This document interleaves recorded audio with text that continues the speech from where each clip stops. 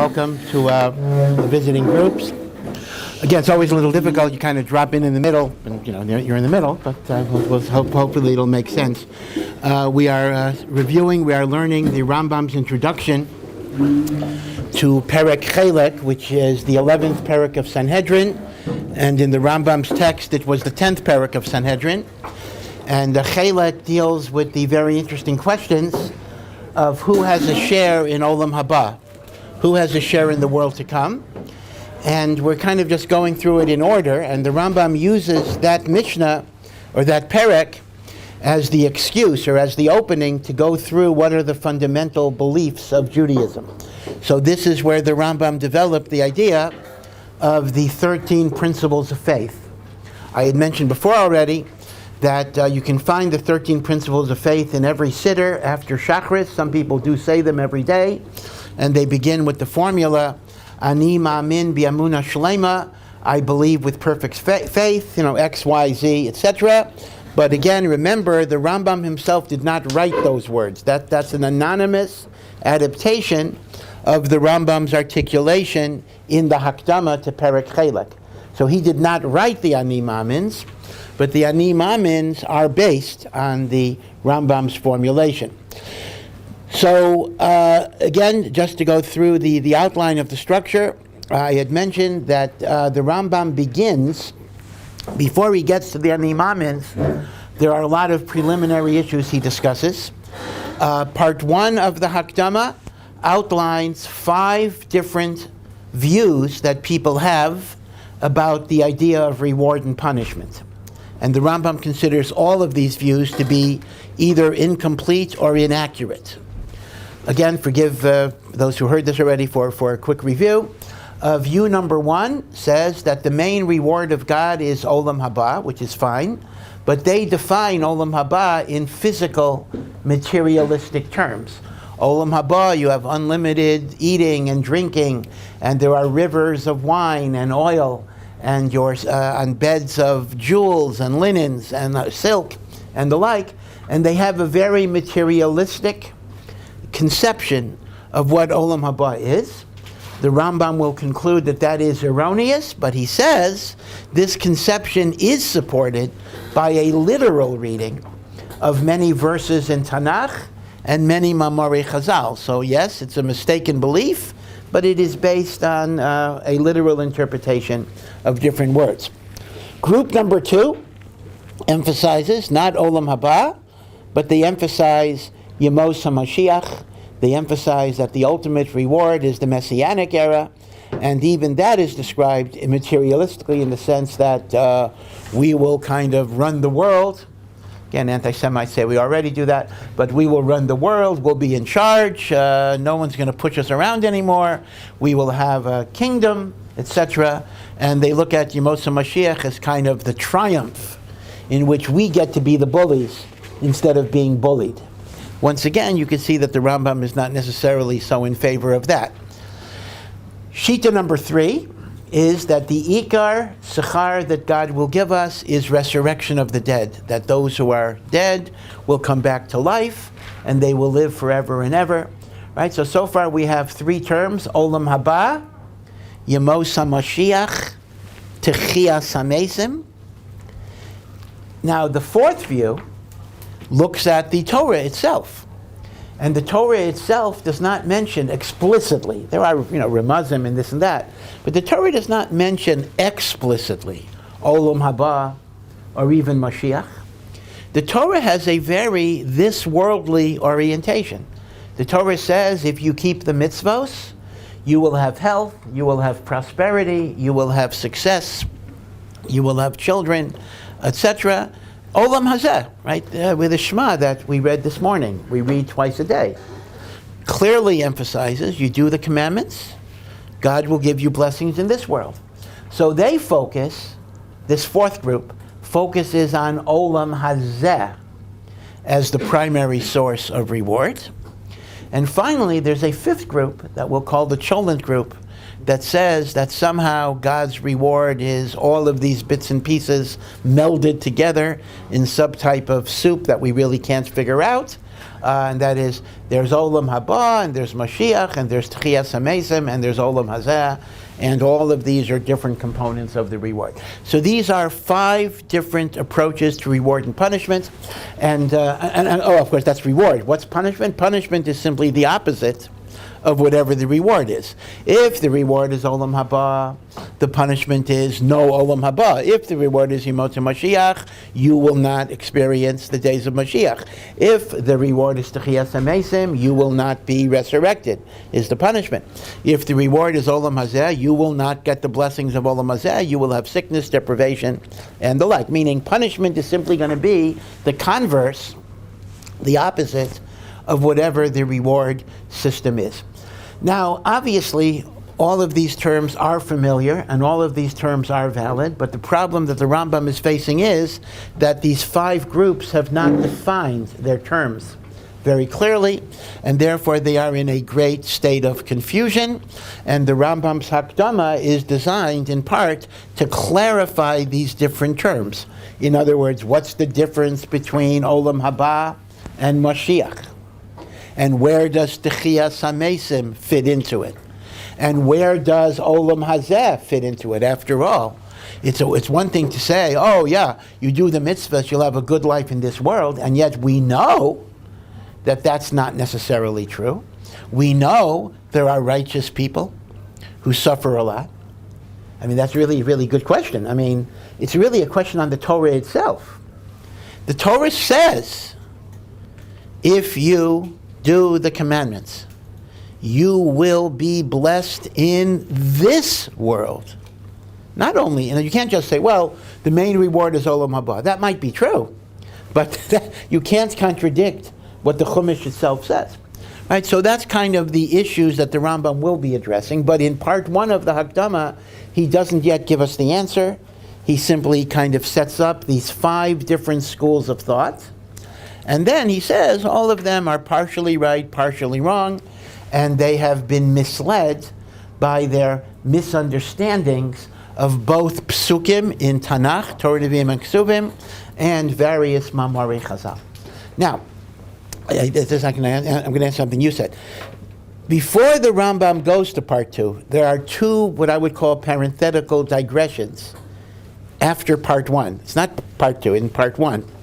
Parenthetical digression number 1, which I'm not going to be marich on because we did spend a lot of time on it, is after the Rambam talks about these different views about reward and punishment, he then wants to emphasize that ultimately that's not why you serve Hashem.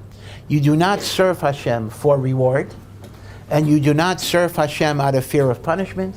You serve Hashem out of love. You serve Hashem what is called lishma.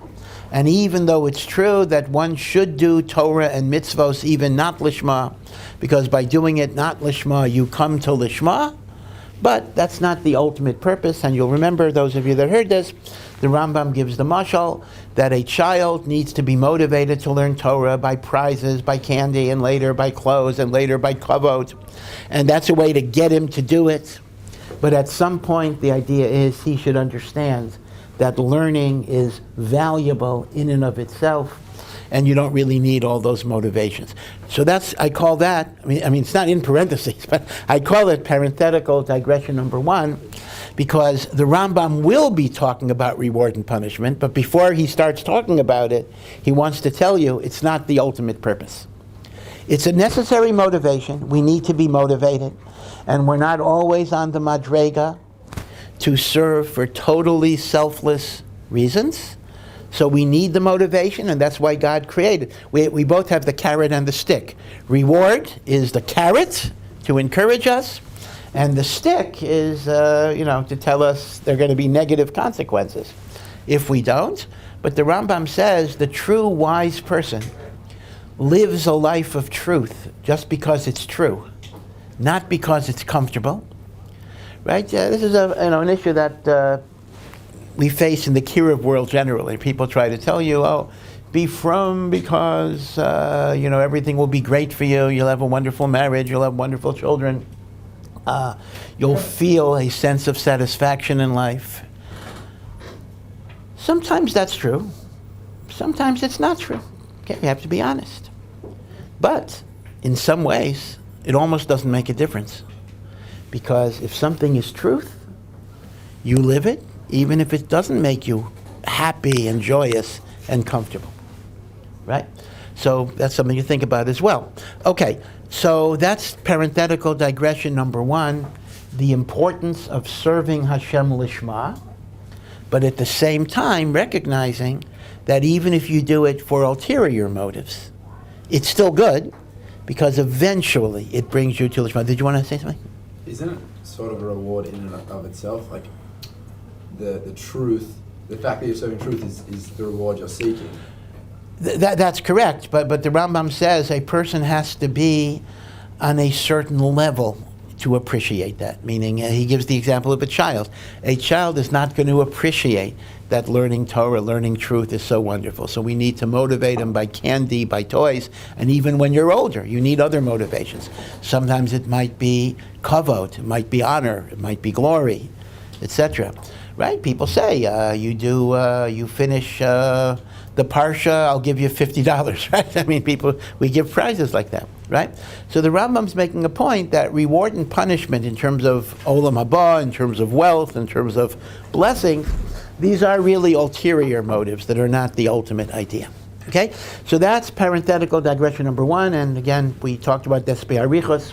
Now, parenthetical digression number two is the role of Aggada and Midrash in Judaism. Now, this, of course, is an interesting topic, but you may wonder, what on earth does it have to do with this topic, with Perek Chelek? I mean, the Rambam is talking about a reward and punishment system, and he says, but before I explain this, I got to talk about the meaning of Midrashim. Why? Why is this the place to talk about it? The answer is very, very simple. It's very, very important why the Rambam needs to talk about this. Because the Rambam already said that what led a lot of people astray in understanding the reward and punishment system were their erroneous understandings of the Midrashim of Chazal. So when the Rambam is going to formulate his response, he's going to have to tell us how to understand all of the Mamarei Chazal that seem to talk about Olam Haba as unlimited eating and drinking and the like. You see, so before the Rambam proceeds to answer his question, he needs to explain to us the role of Aggada and Midrash. So now let's talk a little bit of terms here. I say Aggada and Midrash. Is there a difference between Aggada and Midrash? Like, what do we mean exactly? So let's first start with the Gemara itself. We have the Babylonian Talmud. We also have the Jerusalem Talmud. It really makes a difference because they both have these different components. And the Talmud is comprised of two books that are merged together. We have the Mishnah, which is common to the Bavli and the Yerushalmi. They have the same Mishnah. And then we have the commentaries and discussion on the Mishnah, for which we have the Babylonian Gemara, and we have the Yerushalmi Gemara. The Yerushalmi Gemara was finished around 200 years earlier than the Babylonian Gemara. For various historical reasons that maybe we'll deal with another time, the Babylonian Talmud, the Talmud Bavli, has become much more definitive in the halachic process. So when we learn Gemara, we are learning the Babylonian Gemara. Okay, there is the Talmud Yerushalmi, but only, although Baruch Hashem, Art Scroll started, Art Scroll is almost finished with their Art Scroll on the Yerushalmi, and that maybe that'll stimulate a resurgence of Talmud Yerushalmi, but lahalacha, it's still the case that the Talmud Bavli is considered to be the Yikr. But whether it's Yerushalmi or Bavli, the Gemara itself has two different components. There is the component of the Gemara that discusses halacha, law, and that's around 2/3 of the Gemara. But then there's a component of the Gemara that discusses what you might call non-halachic topics, and we call that Aggada. So the Gemara itself is, what did I say, around, what percent did I give you? I forgot. 2/3, yeah. Around 2/3 halacha, 1/3 Aggada. You can tell, by the way, almost just by looking at Hitzura Sadaf, when you're going to hit Aggada. Any blot that is Aggada will generally be a much bigger page, many more lines than halacha. Why would that be so? Simply because Rashi and Tosfos are much less marich on Aggada. So on halacha, you might only have a few lines of Gemara with a lot of Rashi and Tosfos, especially Tosfos. When it comes to Aggada, there's much less commentary on the Aggada. Now, what is Aggada? So again, I want to be sure that everyone knows the words, and forgive me if this is obvious. Aggada and Aggada are the same thing. Aggada is just the Aramaic formulation. And what is Aggada, or what is Aggada? What is the definition of Aggada? So the truth is, it's not easy to define what Aggada is. Some say the only way you could define Aggada is in the negative. Aggada is everything in the Gemara that is not dealing with halacha. Meaning, it doesn't necessarily have a definition other than it is not dealing with halachic matters. So in the world of Aggada, we include a gazillion different things. We can include Chazal's observations on science, on astronomy, on medicine. We include Chazal's observations about the stories of the Avos and Moshe Rabbeinu, or even the stories of Tanoim and Amoraim, stories of Rabbi Akiva and the like. We also include the teachings on morality, ethics, midos, which are not necessarily halachic in the sense of telling you exactly what to do, but it kind of expresses the personality traits that a person would have. Now, there's not necessarily a common denominator here. I mean, you see, because on one hand, if Chazal talk about how do you cure an upset stomach, which they talk about, technically that'll be called the Aggada. And then, how do you have Devekus in Hashem is also going to be Aggada. Now, there may not be that much of a commonality between an upset stomach and Devekus B'Hashem, although it is true when you have an upset stomach, it's a little hard to be Davuk B'Hashem, you're kind of distracted. But you see, some have said that Aggada as a whole has no definition other than everything that's not halachic, which, as I say, is between 1/3 or maybe 2/5. That range. The Yerushalmi actually has a bit of a lesser percentage of Aggada than the Bavli. Now, one thing about Aggada, number one, is you will tend to have less Rashi and less Tosfos on Aggada. Number two, Aggada, the words are going to be harder because Aggada tends to be written in almost 100% Aramaic, meaning when you read a halachic discussion, the words are interspersed with Hebrew, Mishnaic Hebrew, and Aramaic. Aggada is like almost 100% Aramaic. That's why you'll actually encounter, when you hit Aggada, the language will be harder to you. The words will be harder to you. Number one, because you have less help from Rashi. And number two, it's pure Aramaic, so you don't have the Hebrew knowledge to be able to be connected to. On the other hand, on one level, Aggada is, on one level, easier than halacha, because you're not dealing with the intricate, complicated logic of the halachic process. You're dealing with stories, maisim, things like that. But, as all the Meforshim tell us, even though superficially Aggada might be an easier type of limud to look at, in point of fact, it is very, very deep. In fact, that'll be what the Rambam will be talking about. In some yeshivos, when we're learning Gemara, and we reach Aggada, like a few pages of Aggada, some rabbis will skip it. They'll actually say, oh, this is not part of the discussion here. We'll skip the next few blots. And that's really unfortunate, because Aggada is part of Torah.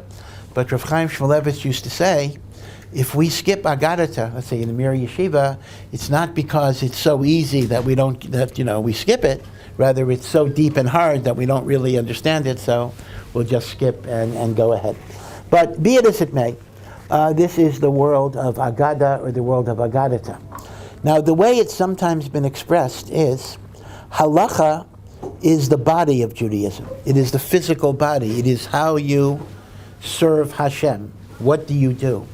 Aggada is the neshama of the body. Aggada gives you the values. Aggada gives you the hashkafa. Aggadata gives you the goal of what the mitzvos are.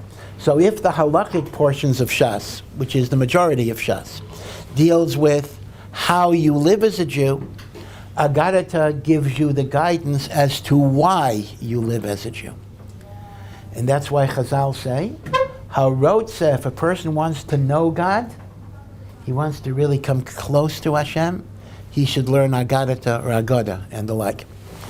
Now, many of you might know that many, many years after the Gemara was finished, in the 1500s, in the time of Rav Yosef Karo approximately, so there was a great rabbi in Eretz Yisrael, Rav Yaakov ibn Chaviv, who saw a purpose in, many people couldn't learn Gemara. They couldn't understand Gemara, even if they had a Rebbe, it wasn't, they couldn't follow the logic and the arguments and the complications. But he saw that Aggadata would be very good for them because they could absorb the hashkafos and the stories and the lessons and the inspiration. So what Rav Yaakov ibn Chaviv did was, he took out of the Gemara all of what he regarded, of course he had to make a judgment on that, as Aggadic portions, and he had them published separately. I don't mean he took it out of the Gemara, but he took from the Gemara the Aggadic portions, and he published them separately, and the name of this book is called Ein Yaakov. His name was Yaakov ibn Chaviv. So Ein Yaakov, so now you can learn Aggadata in two ways. You can learn Aggadata from the Gemara itself, or, since it's hard to know exactly when Aggadata begins or ends, you take an Ein Yaakov and you can learn Aggadata. Now, the Ein Yaakovs have been reprinted many, many, many times, and together with many Meforshim. So in the Ein Yaakov, they took Rashi's commentary from the Gemara and put it in the Ein Yaakov. They took Tosfos, which very few Tosfos, they took the Tosfos, and then they added the Marsha, because the Marsha in the back of the Gemara has a commentary on Aggadata, and other Meforshim that were specially written for the Ein Yaakov. And to this very day, new commentaries are written on Aggadata, on Ein Yaakov, and the like. Now, it was very common in Europe, less common today, unfortunately, when they would start shiurim in different shuls, in Vilna, Brisk, for Balabatim, who were not full-time learners, that they would learn Ein Yaakov between Mincha and Mariv. And in fact, there's even a Yiddish expression. There's something called an Ein Yaakov Yid. Now, an Ein Yaakov Yid is actually a term of affection, although you could use it derogatorily. An Ein Yaakov Yid means a good, sincere, religious Jew who can't necessarily follow all of the complicated discussions of Gemara, but he will go to the Ein Yaakov Shir faithfully to absorb these fundamental truths. So it's actually a term of affection, an Ein Yaakov Yid. In fact, sometimes people say, we've lost the Ein Yaakov Yid today, that we kind of have two different types of Jews. We have the full-time learning people, then you have the people who don't care much about Torah, even if they're Orthodox. But the Ein Yaakov Yid is kind of in the middle. He's someone who really, really cares about his relationship with Hashem, but he's not necessarily a great learner. So he would go to an Ein Yaakov Shir. This was a chashuv inyan. If you would go, let's say, to a shul in Vilna, I don't mean the Vilna Gaon shul. Vilna Gaon shul was only for big, big people. But you go to a shul in Vilna. So you would find there were different groups that were arranged based on people's madrega. Like the highest was the Gemara shir, which is more advanced shir. Even for Balabatim, they'd have a Gemara shir. And then there was Chayei Adam. Chayei Adam is like Kitzur Shulchan Aruch. They would have a basic halacha shir for people. And then there would be an Ein Yaakov shir. And then there would be a Tehillim saying. People got together to say Tehillim, right? That, I don't want to say it's lower than Ein Yaakov, but that would be even people who were less learned than the Ein Yaakov Jew. Would be a Tehillim Zager. And all of these people were respected. All of these people had a chelek in Am Yisrael, and they were serving Hashem in their different ways. So you can look. I'm not sure if it's on the shelf here, but in the base Midrash, certainly you could actually pick out an Ein Yaakov, right? Ein Yaakov on Brachos, Shabbos. In other words, it's organized on the Masechtas of Shas, any Masechta that you want to learn the Aggada.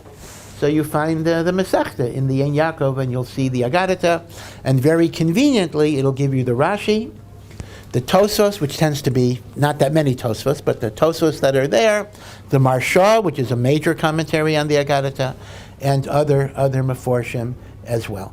So this is the idea of the Aggada in Shas. Interesting little bit of trivia.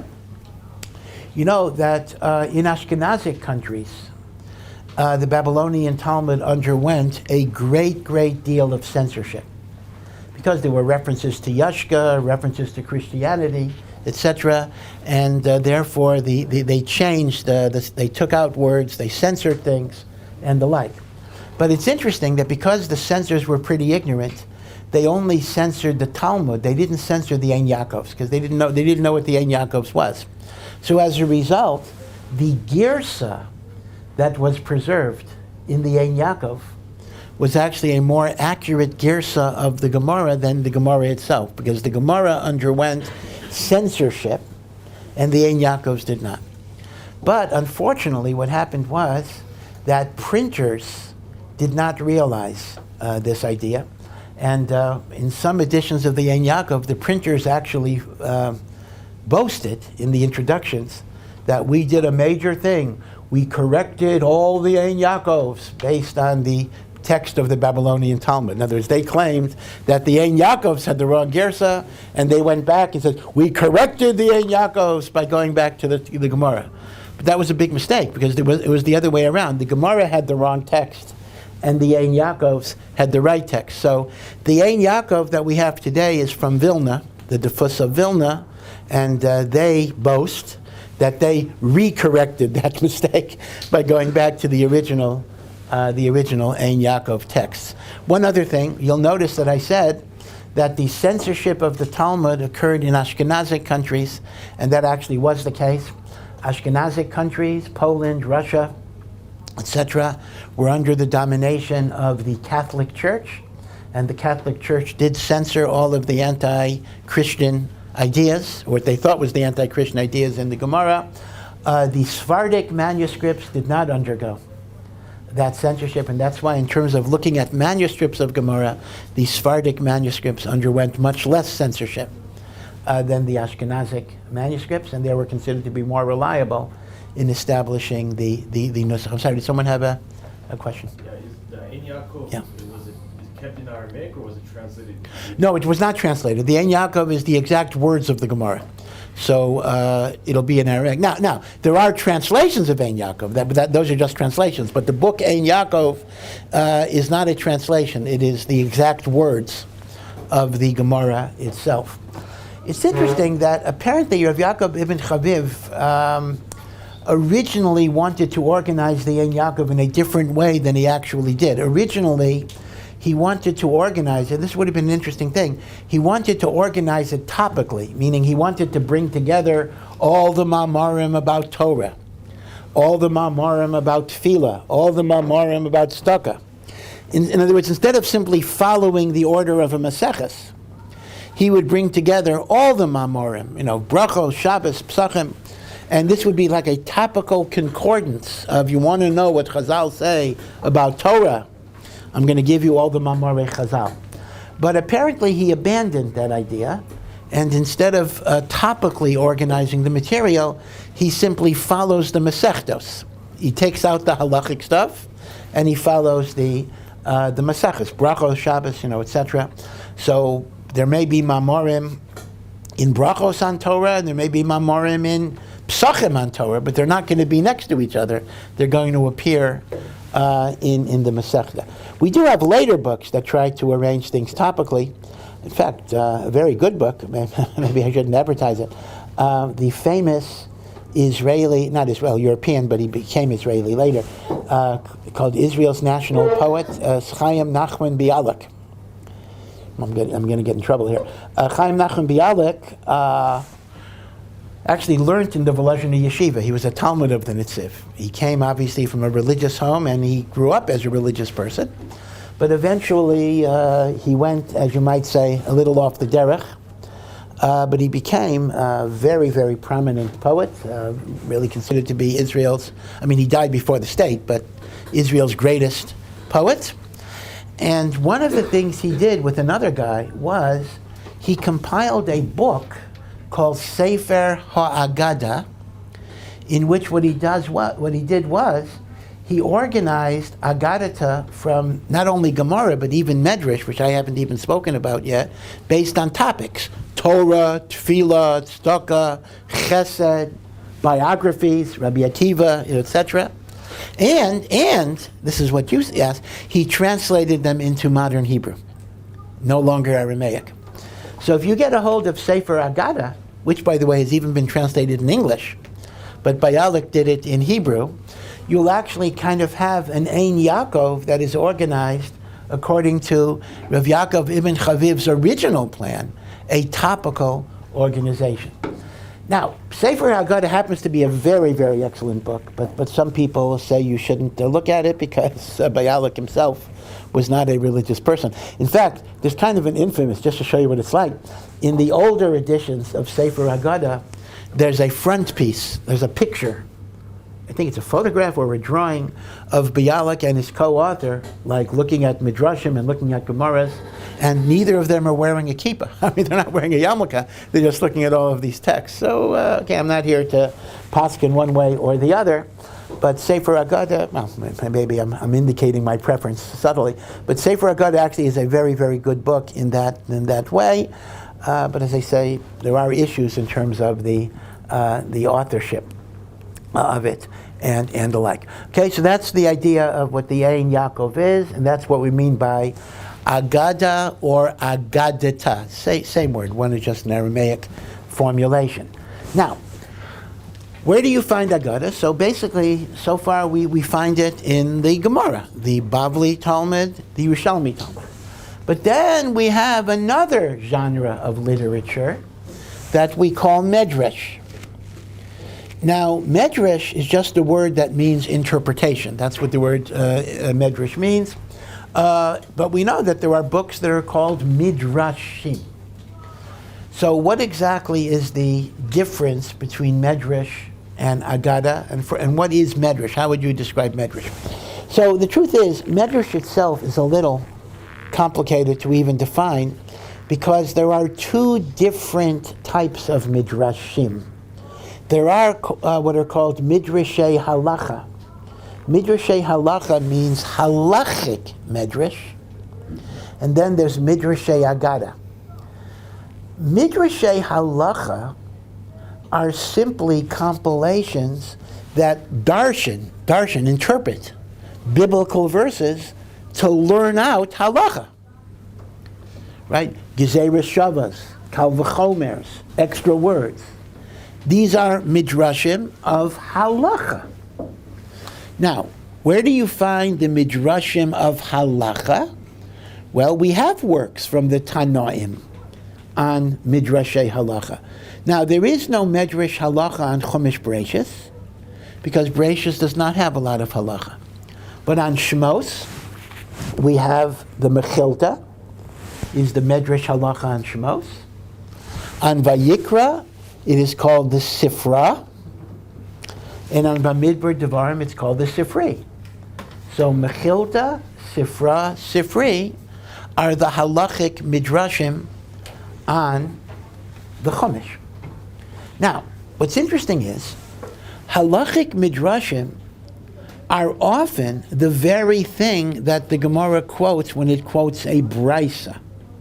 Right? We know we have the Mishnah, but then we have things that are called brisas. Now, what does the word brisa literally mean? Outside. Meaning teachings of the Tanaim that are not in the Mishnah are called brisas. They are introduced in the Gemara in various ways. Tanya is a brisa. Tanu Rabbanan is a brisa. Now, people ask the question, when I learned the Gemara is quoting a brisa to explain a Mishnah, or to give a source for the Mishnah, or to give you another opinion than the Mishnah, right? Brisas are used in different ways. But people ask, Where do I find Brisos? Is there a book of Brisos? Right? I mean, the Gemara is quoting it from somewhere, right? The Gemara is quoting a Brisa.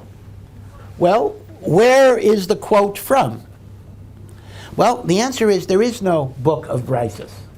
Again, Brisa itself just means a teaching of Tanoim that's not in the Mishnah. But it doesn't tell you where it is. But one of the most common sources of Brisos are the halachic midrashim. So when it says Tanya so-and-so, it might be from the Mechilta. It might be from the Sifri. It might be from the Sifra. Or Tosefta is another major source. Again, I don't want to go into everything there. Now, there are Brisos that we don't know where it came from, meaning there are Brisos that are lost. The Gemara is quoting a Brisa, and you want to know, well, where can I find this Brisa? The answer is you can't find it anywhere except on this page of Gemara.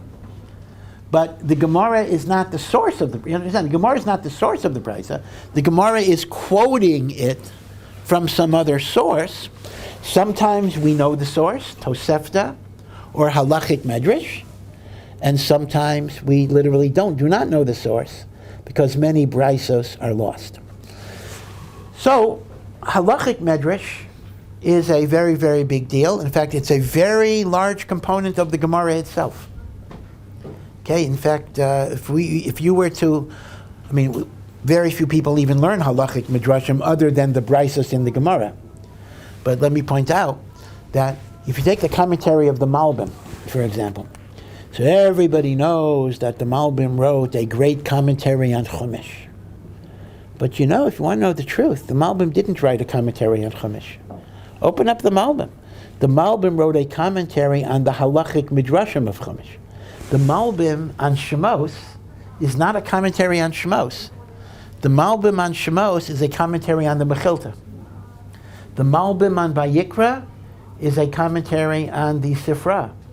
The Malbim on Bamidbar and Devarim is a commentary on Bamidbar Devarim. And if you ask me the question, why did the Malbim write a commentary on halachic midrashim?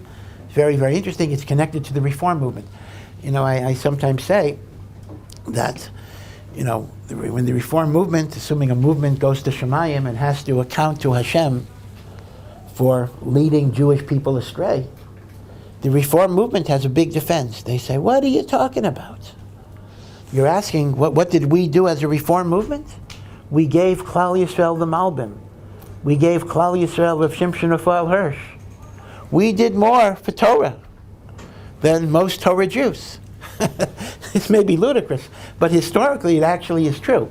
Rav Shimshon Raphael Hirsch wrote his commentary on Chumash to fight against the Reform movement. Now the Malbim did so as well in a different way, because the Reform movement was making fun of Rabbinic Judaism by saying that rabbinical interpretations of the Bible are forced, are artificial, are strained, are fake, are twisting around words, making up drashos. So what the Malbim tries to show, as he explains the drashos of Chazal, he wants to show you how this fits with the understanding of diktuk and grammar and syntax.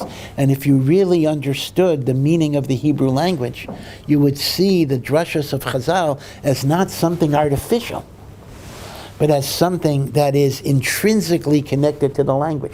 You see what the Malbim was trying to do? The Malbim was trying to show how the Torah Shebal Peh jumps out of the Torah Shebichsav, as opposed to being some artificial fake thing that you impose. So yeah, it's actually as ludicrous as it may sound, if there wouldn't have been a Reform movement, we wouldn't have had Rav Hirsch's commentary on the Chumash, and we wouldn't have had the Malbim's commentary, and I can actually mention two others. We wouldn't have had the Ksav Kabbalah. There were a number of great commentaries integrating Chazal with the Chumash that were written as responses to the Reform movement. So those are halachic midrashim. Now they are not Aggada, they are really part of the halachic process. When the Gemara discusses halachic issues, it will bring in Brisos to explain the halacha. But then we have another genre of Midrash that is Aggada, Midrashe Aggada. And these include things like the Midrash Rabbah, the Midrash Tanchuma, the Pesikta de Rabbi Kahana. These are all different Midrashim. Perek de Rabbi Eliezer. Right? These are all Midrashim that deal with Aggada. And usually, they don't deal with, well, in other words, Aggada here tends to be focused on stories and narratives regarding biblical personalities. So, for example, the Midrash Rabbah. The Midrash Rabbah is on the Chumash and the 5 Megillas. So there's Bereshis Rabbah, Shemos Rabbah, Vayikra Rabbah, Bamidbar Rabbah, Devarim Rabbah, Esther Rabbah, Koheles Rabbah, Shirashirim Rabbah, Eicha Rabbah, right? So it will not talk about general Aggada, but it'll talk about Aggada that is linked to the narratives or the psukim of the Chumash and of the 5 Megillas. Tanchuma is exactly the same. Now, Tanchuma is only on Chumash, not on the 5, right? So Midrash Rabbah is on Chumash and Megillas. Midrash Tanchuma is only on Chumash. Pesikta is arranged a little differently. Pesikta is arranged on topically, for example, based on the calendar. There'll be drushas about Rosh Chodesh, drushas about the 3 weeks, drushas about Hanukkah, and the like. But these are called Aggadic Midrashim. And usually when we say Midrash, we are referring to Midrash Aggada. That's what we sometimes mean, okay?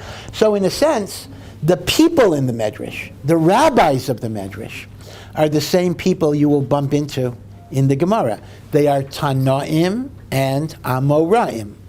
Same rabbis. Rav Yochanan is in the Gemara, and Rav Yochanan is in the Midrash, right? So it's the same people, but it is Aggada that is in addition to that which is found in the Gemara. Okay, we'll stop here, and we will continue next week in terms of this. We haven't yet gotten to the Rambam's point, but I want to give you a little bit of an introduction before we get to the Rambam's discussion of Aggada.